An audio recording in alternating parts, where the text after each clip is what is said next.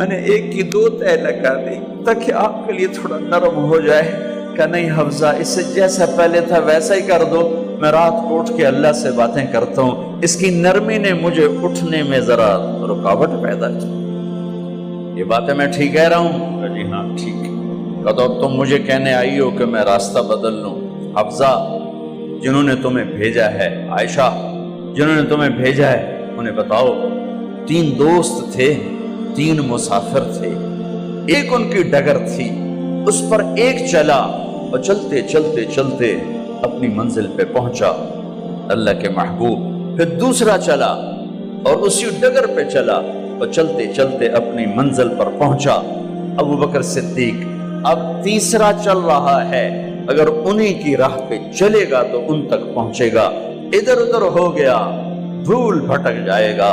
انہیں جا کے بتا دو کہ جس راہ پر میرے دونوں ساتھی چلے میں اسی پہ چلتا رہوں گا یہاں تک کہ میرا اللہ مجھے میرے ساتھیوں سے ملا دے۔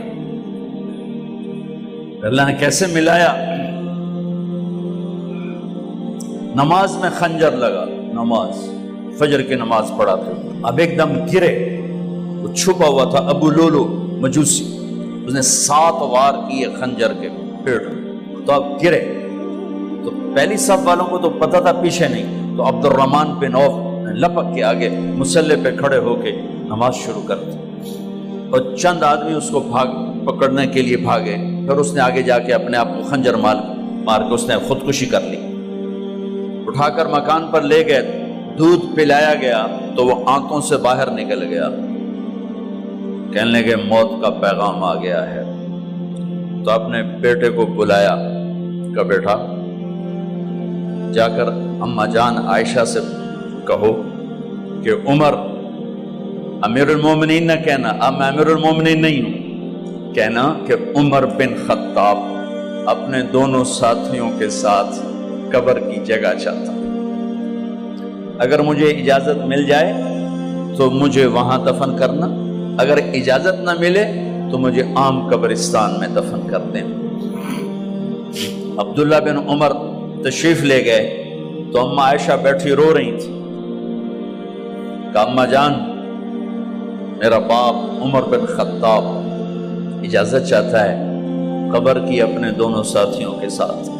تو حضرت عائشہ رضی اللہ تعالیٰ عنہ رونے لگی، پہلے بھی رو رہی تھی، کہا عبداللہ یہ جگہ تو میں نے اپنے لیے رکھی ہوئی تھی کہ میں اپنے خامند اور باپ کے ساتھ میں بھی ایک کونے میں سو جاؤں گی، لیکن اگر عمر کی خواہش ہے تو اس جگہ کا عمر مجھ سے زیادہ حقدار۔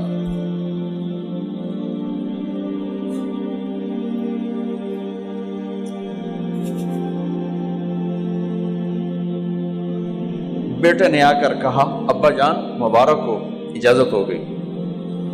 کہا بیٹا ہو گئی، لیکن جب میری میت اٹھاؤ تو دروازے پر جا کر رکھنا اور ایک دفعہ دوبارہ پوچھنا، ہو سکتا ہے میرے شرم میں اجازت دی ہو اور میرے مرنے کے بعد انکار فرما دیں، تو ایک دفعہ دوبارہ پوچھنا، اس وقت بھی اجازت ملے تو پھر لے جانا ورنہ واپس لے جانا۔ حضرت علی اور حضرت حسن تشریف لائے جس دن انتقال ہو رہا ہے، تو گھبراہٹ دیکھی، علی نے فرمایا عمر موت سے ڈر گئے ہو؟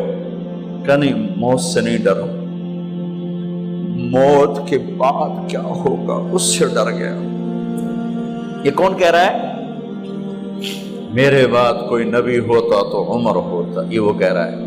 یہ کون کہہ رہا ہے؟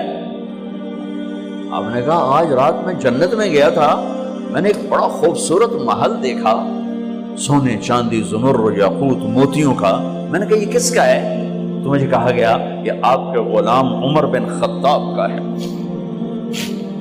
کون کہہ رہے ہیں موت کے بعد جو ہوگا اس سے ڈر رہا ہوں؟